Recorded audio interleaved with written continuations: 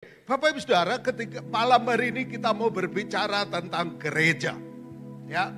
Nah, ini topik yang jarang dibahas, yang khusus bicara tentang gereja, dan malam hari ini kita mau sama-sama bicara tentang gereja. Nah, kalau kita bicara tentang gereja, apa yang kita bisa bayangkan tentang gereja? Ya, silakan ditayangkan. Apa yang kita bisa bayangkan, bahkan dalam bayangan yang paling liar sekalipun, seperti apakah gereja? Pada waktu saya kuliah, saya mimpi mendirikan gereja. Pada waktu itu saya baca buku, baca Alkitab, dan mengunjungi gereja-gereja. Salah satu gereja yang saya kunjungi, menurut saya gereja yang luar biasa. Saya mendapat kesembuhan mujizat di situ. Saya dipenuhi Roh Kudus di situ. Bayangan saya gereja yang hebat adalah gereja yang penuh dengan Roh Kudus. Tapi kemudian dalam perjalanan selanjutnya saya menemukan gereja yang begitu kuat pengajarannya. Gembalanya setiap minggu pergi ke Surabaya untuk belajar firman. Dan setelah belajar firman, pulang ke Bogor, diajarkan kepada kami. 2 jam dengerin khotbah, dan saya merasa saya dikenyangkan dengan firman Tuhan. Saya pikir gereja harus gereja yang kuat di dalam firman Tuhan, yang pengajarannya luar biasa. Tapi kemudian tiba-tiba Pak Niko buka gereja di Jakarta, di Wisma Karsa Pemuda, di dekat TVRI. Dan waktu itu mulailah terkenal lagunya Tuhan Raja Maha Besar. Teng teng teng teng teng teng teng teng pak bang pak bam bam bam bam bam. Aduh, saya pikir inilah gereja. Gereja yang kalau kita masuk, hadirat Allah kuat, dan kita semua dipenuhi dengan pujian, dipenuhi dengan sukacita. Dan ketika kita pulang, hampir semua jemaat ngomongin, pujiannya tadi enak ya, luar biasa ya, musiknya wah asik. Kita duduk di depan, teman saya ngeliatin bassnya main bass, saya ngeliatin drumnya, yang lain ngeliatin keyboardnya. Wow, ini gereja yang luar biasa. Inilah gereja. Maka saya belum lulus IPB waktu itu. Masih kuliah. Tingkat akhir. Saya bersama teman-teman ngerintis gereja di Bogor. Ya, saya bayangkan gereja itu penuh kuasa. Gereja itu pengajarannya kuat. Gereja itu pujian dan penyembahannya semarak. Itulah impian saya tentang gereja. Bayangan liar saya tentang gereja. Tapi kemudian Tuhan juga izinkan saya melihat gereja yang lain. Saya pergi ke Sydney. Ada satu gereja yang wow, ketika masuk itu lebih dari bioskop. Lampunya kayak tadi, gelap-gelapan dikit begitu. Ya, ada dry ice-nya juga. Dan ketika mulai anak-anak muda mulai keluar dari kursinya, berdiri di depan itu ribuan, berdiri gak duduk, dan mulai drumnya bunyi, bang, bang, dan itu nendang ke dada, bang, bang. Saya pikir ini gereja ini, Hillsong. Depan 4 pemain gitar, terus di belakangnya dia bilang, wow, ini gereja. Tapi kemudian Tuhan bawa saya juga ke Los Angeles. Di sana ada sebuah gereja yang semua bangunannya dari kaca. Karena itu disebut gereja itu sebagai Crystal Cathedral Church. Gerejanya dari kaca semua. Kita foto dari mana aja, gerejanya, bukan kitanya yang cakep. Gerejanya cakep, kitanya mah tetap. Tapi backgroundnya kan yang penting kan. Itu saya lihat ini gereja kayak begini. Cuma sayang gereja itu kemudian dibeli oleh Katolik. Sehingga sekarang menjadi Christ Cathedral. Saya pikir ini gereja ini baru. Tapi kemudian Tuhan bawa lagi saya ke Afrika, ke Nigeria. Saya melihat gereja yang lain lagi.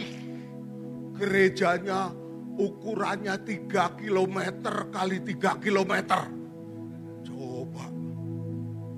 Dan saya duduknya, kalau ini pengkhotbahnya, saya duduk di belakangnya sini. Jadi saya bisa melihat yang sono, kayak cendol orang-orang nggak tahu berapa. Bapak Ibu Saudara pernah bayangin gereja? Seperti apakah gereja?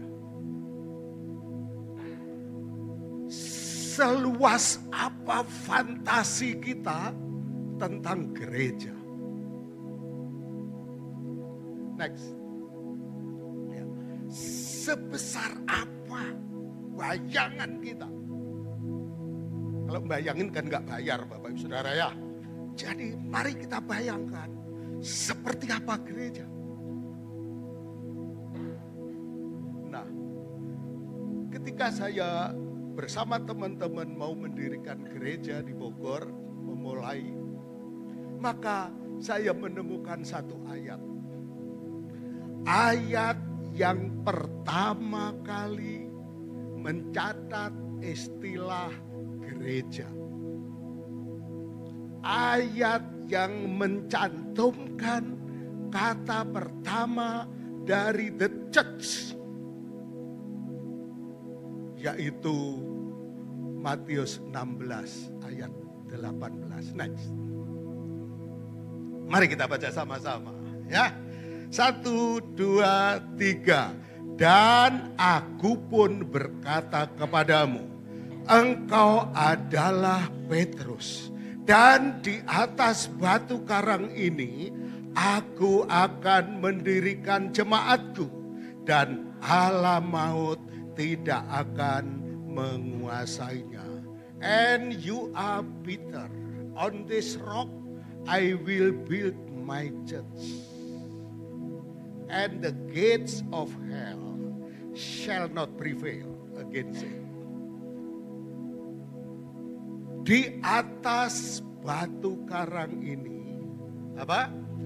Aku akan mendirikan jemaatku. Next. Jadi ketika saya belajar gereja, silakan next.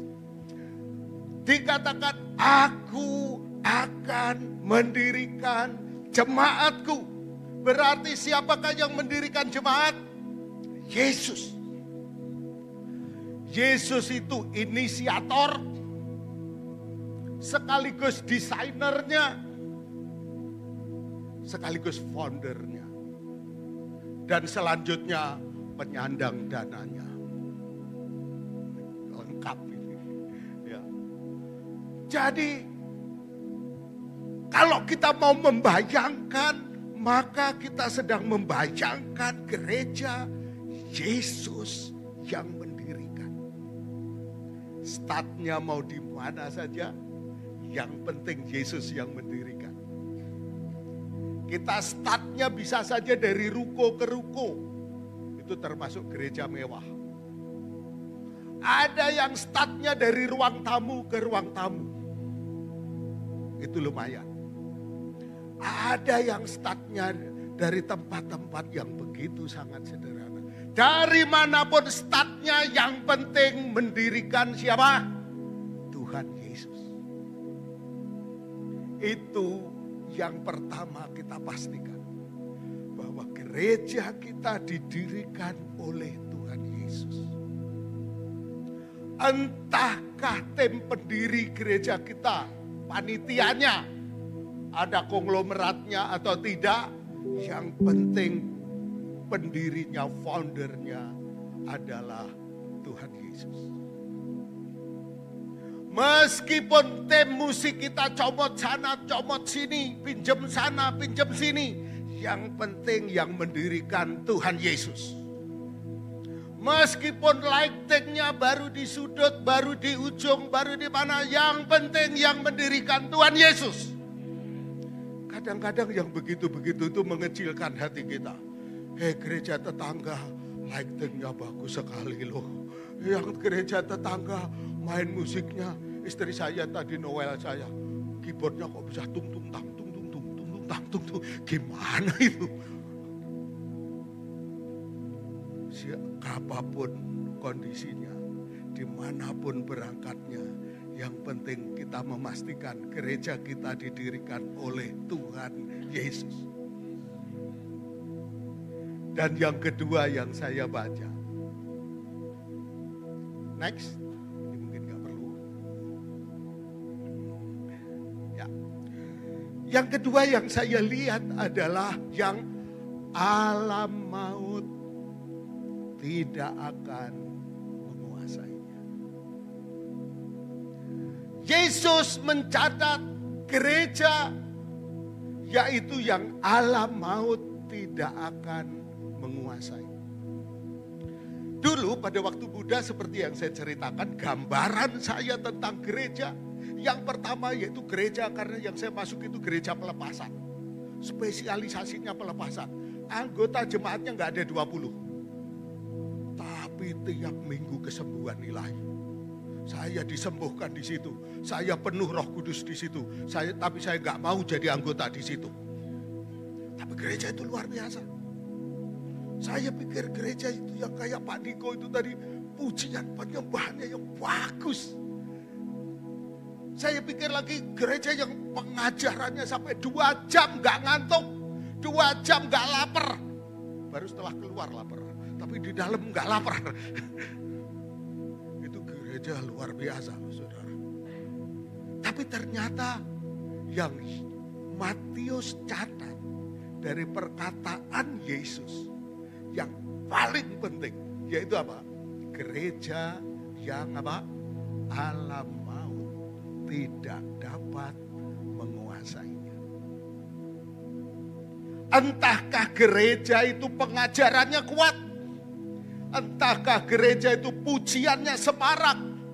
Entahkah gereja itu pelepasannya penuh kuasa? Tapi gereja itu adalah gereja yang apa? Alam maut tidak akan menguasainya. Gereja yang berkemenangan, dia menang atas alam maut. Gereja yang mengalahkan kerajaan maut. Berarti gereja itu mampu menembus kerajaan di mana jiwa-jiwa dikuasai oleh maut. Gereja yang sanggup menjarah satu wilayah di mana jiwa-jiwanya dikuasai oleh alam maut. Siapakah jiwa-jiwa yang dikuasai oleh maut? Yaitu jiwa-jiwa yang ada di luar Kristus. Berarti gereja yang alam maut tidak menguasainya adalah gereja yang sanggup menjarah ke wilayah di mana jiwa-jiwa dikuasai oleh maut. Gereja yang membawa keselamatan bagi jiwa-jiwa yang dikuasai oleh maut. Memang Rick Warren mengatakan ada setidaknya 5 macam gereja. Ada gereja yang kuat pujiannya, ada yang gereja yang kuat pengajarannya, ada yang gereja yang kuat kekeluargaannya. Kekeluargaannya itu berarti hari ini makan bubur, minggu depan lontong balap, minggu depan lagi gogos, begitu. Ada aja, karena apa? Kekeluargaannya kuat. Ada gereja yang perhatian sosialnya. Jadi yang dipikirin itu minggu depan kita ngadain bakti sosial. Minggu depan lagi pengobatan gratis. Minggu depan lagi fogging. Minggu depan lagi apa aja. Ada loh gereja yang begitu, heran. Ada gereja yang nyumbang penjara. Penjara Kristennya 8. Yang di penjara Kristennya 8. Dia nyumbang sarung 800. Karena apa? Memang dia bebannya ke sana. Saya juga heran kok ada gitu.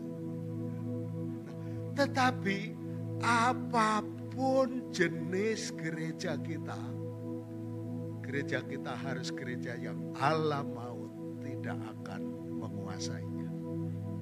Gereja yang menjarah jiwa-jiwa yang dikuasai Allah maut. Gereja yang memberitakan keselamatan hanya ada di dalam Yesus Kristus yang telah mati di kayu salib, dikuburkan dan dibangkitkan. Itulah gereja. Gereja yang diimpikan oleh Yesus. Berarti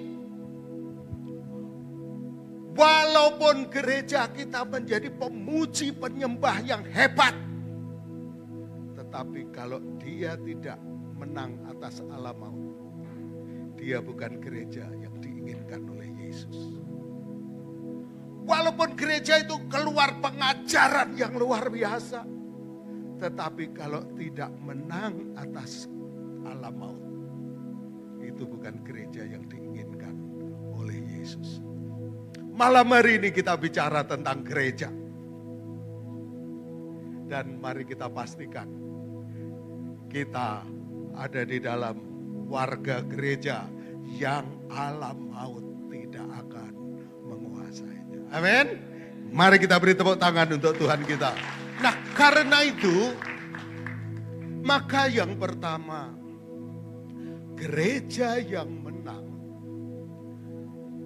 Berarti gereja itu haruslah gereja yang menang melawan tipu muslihat iblis. Yang pertama, gereja itu menang melawan tipu muslihat iblis. Karena setiap zaman, setiap perubahan waktu, maka iblis tetap iblis yang menggunakan tipu muslihat untuk mencoba menyimpangkan gereja dari maksud Tuhan, dari panggilan tertinggi Tuhan atas gereja itu. Salah satu ide yang kita hati-hati, yang bisa membelokkan kita dari panggilan Allah, kalau tidak hati-hati, yaitu ide tentang kebahagiaan. Sekarang ini orang terobsesi dengan namanya kebahagiaan. Orang menginginkan keluarganya bahagia. Dan dia mengukur segala sesuatu benar atau salah berdasarkan kebahagiaan. Sesuatu itu benar kalau dia membuat saya bahagia. Kalau tidak mendatangkan kebahagiaan, maka forget it. Maka tinggalkan. Nah, akibatnya orang prioritasnya bukan kehendak Allah, tetapi kebahagiaan.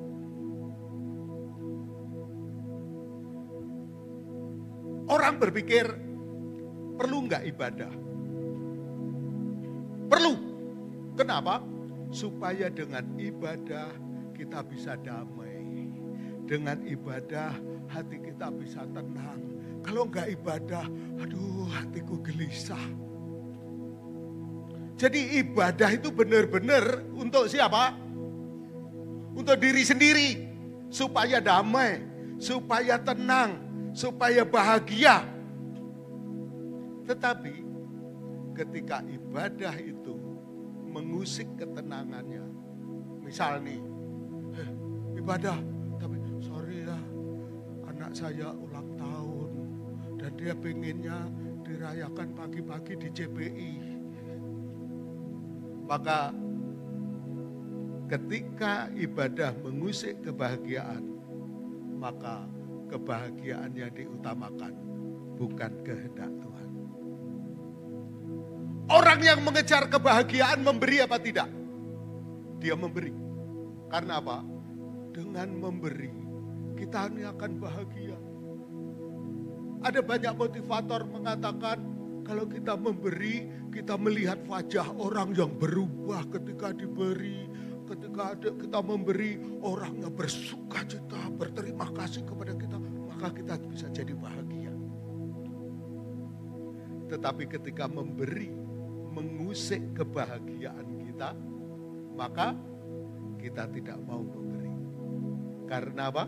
Memberi itu bisa mengganggu kebahagiaan kita. Hampir semua perbuatan baik akan dia lakukan karena itu mendatangkan kebahagiaan bagi dia.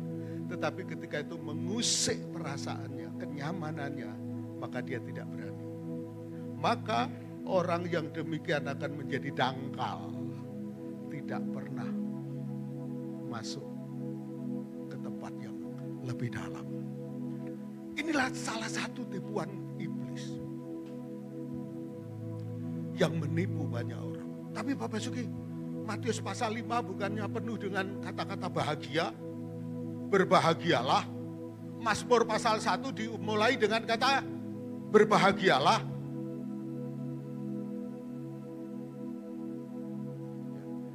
Nah Bapak Ibu Saudara, ini PR bagi kita semua.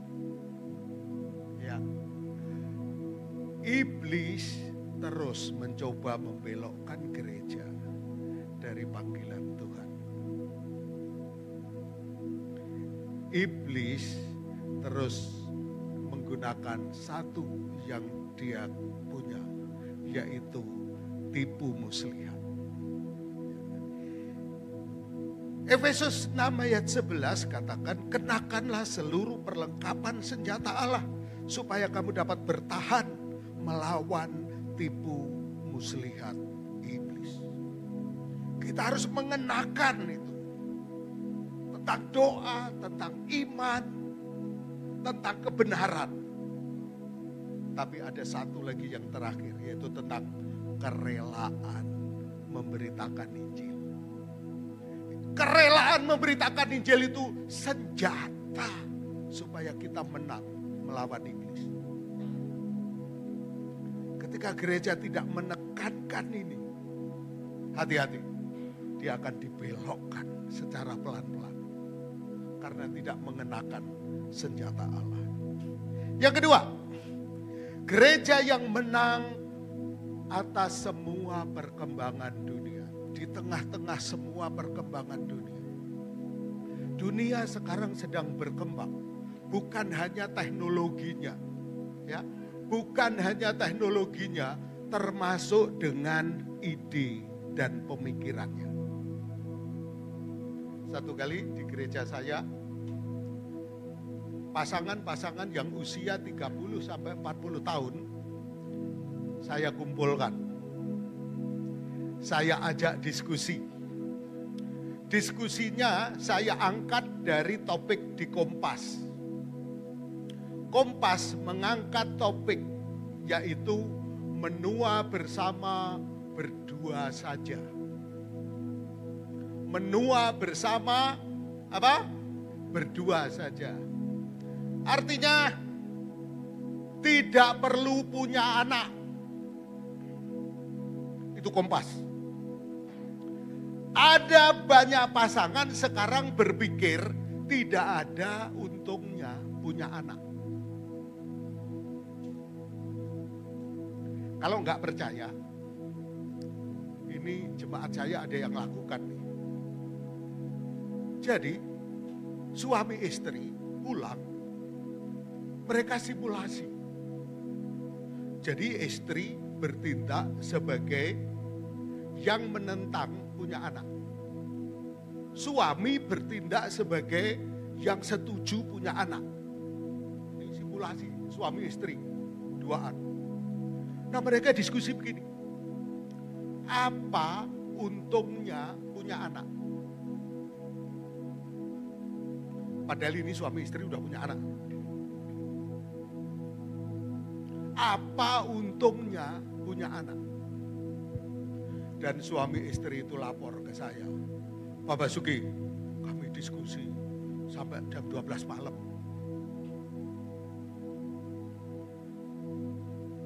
Adunya satu aturannya, yaitu jangan pakai kata perintah Tuhan beranak cuculah.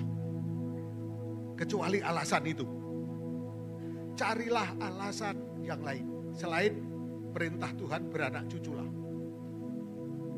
Suaminya bertindak sebagai yang pro punya anak. Istri bertindak sebagai yang menentang punya anak. Dan mereka berdua cerita ke saya, Pak Basuki, setelah kami debat terus ternyata semua alasan punya anak bisa dibantah untuk tidak usah punya anak. Jadi PR untuk Pak Basuki, ngajarin kami apa gunanya punya anak. Sementara saya tidak punya anak. Misal contoh, oh kita ya kalau punya anak, kita nggak kesepian. Istrinya jawab, ya justru kalau punya anak kesepian. Bapaknya enak keluar, kita yang ngurusin anak. Capek di kita mama, kita yang terus menjadi objek. Apa saja teori tentang punya anak bisa dibantah.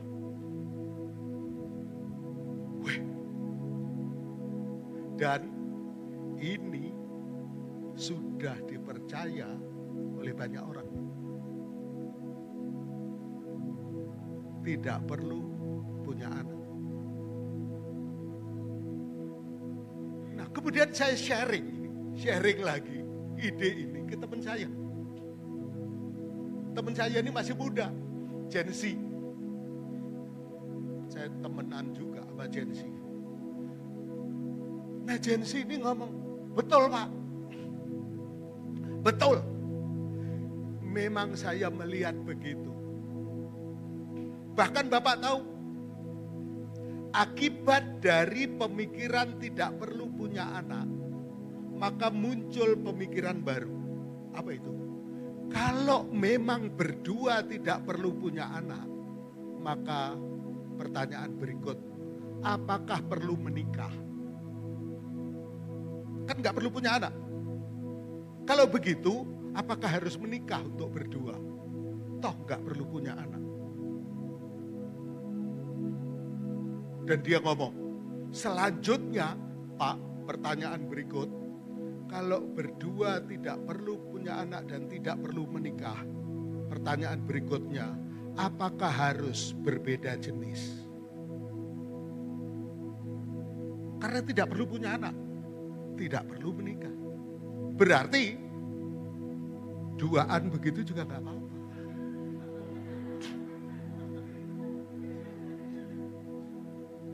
Satu kali saya rapat di Bali. Di Bali kan ya namanya ke Bali kalau nggak ke pantai kan dosa, ya kan. Jadi kita mikir setelah rapat kita mau ke pantai. Jadi saya ajak berdua teman saya dari Batam. Kita ke pantai yuk. Aduh Pak Basuki jangan duaan deh. Kenapa? Lalu kita duaan laki-laki nanti kita dikira hombreng. Loh, kita itu berdua pergi mau laki-laki sama laki-laki jadi takut. Nanti dikira. Ya dah kalau gitu siapa ya lawan jenis yang bisa. Tambah bahaya lagi. Kalau kita berduaan sama lawan jenis yang bukan istri. Repot lagi kita. Ya udah akhirnya masuk kamar lah kita. Masuk dalam hadirat Tuhan. Asik. Gereja menang di tengah segala perubahan zaman. Dari generasi ke generasi selalu ada perubahan nilai. Tetapi gereja harus menang dalam setiap generasi. Dan yang ketiga, gereja yang menang di tengah segala keterbatasan. Saya lihat hampir semua gereja, hampir, ya, mungkin kecuali gerejanya Pak Wijaya nanti, kalau membangun gereja ada macet-macetnya dikit. Gitu. Tapi kalau Pak Wijaya katanya udah tersedia semua, lain ini ceritanya. Nah, kita ini banyak keterbatasan. Kita ini dari segi materi, finansial terbatas. Dari pergerakan, izin terbatas.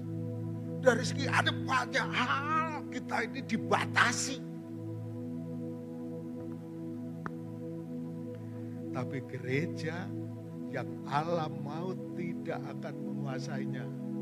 Dia menang melawan segala keterbatasan. Firman Tuhan katakan, kita baca sama-sama, 1, 2, 3. Segala perkara dapat kutanggung di dalam Dia yang memberi kekuatan kepadaku. Malam hari ini kita bicara tentang gereja. Apakah fantasi paling luas yang bisa kita bayangkan tentang gereja? Yaitu gereja yang alam maut tidak akan menguasainya.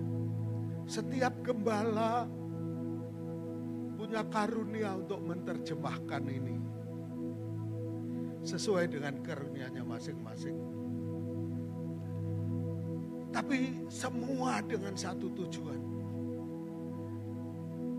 yaitu alam maut tidak akan menguasainya. Gereja yang menang melawan segala keterbatasan.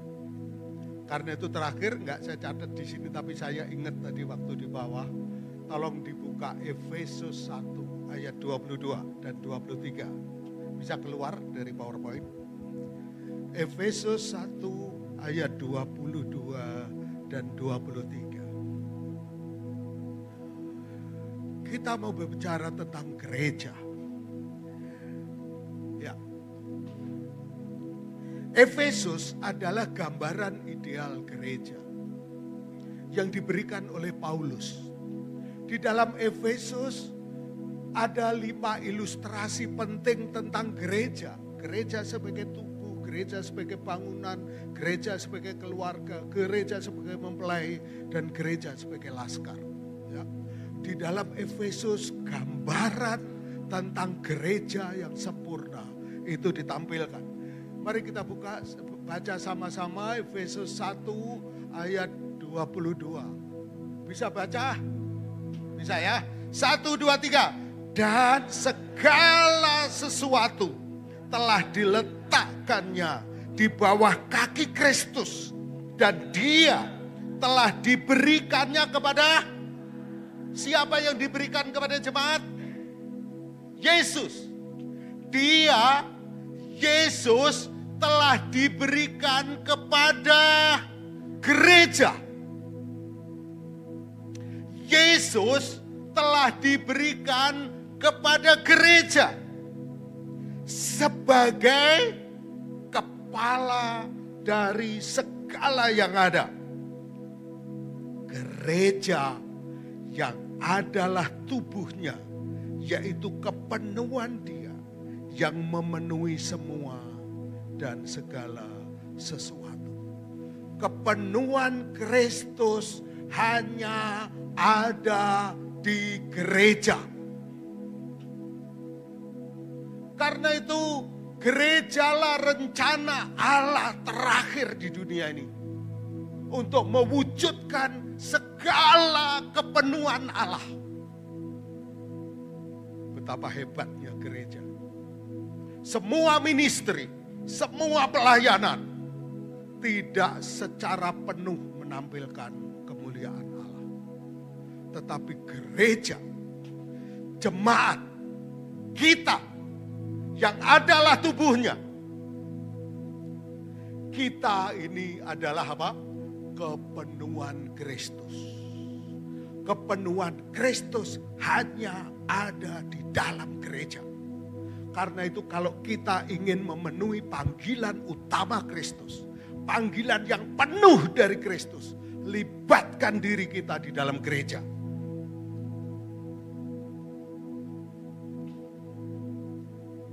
Saya tidak menolak ministry, macam-macam. Itu memperlengkapi. Tetapi kepenuhan Kristus ada di dalam gereja yang memenuhi semua dan segala sesuatu. Betapa dahsyatnya gereja. Hari-hari ini jarang orang membicarakan betapa dahsyatnya gereja. Ya. Karena itu, ayo kita ceburkan diri kita sepenuh-penuhnya di dalam rencana Allah.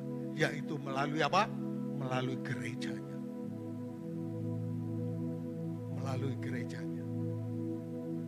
Gereja yang memenuhi semua dan segala sesuatu. Amin. Mari kita beri tepuk tangan untuk Tuhan kita.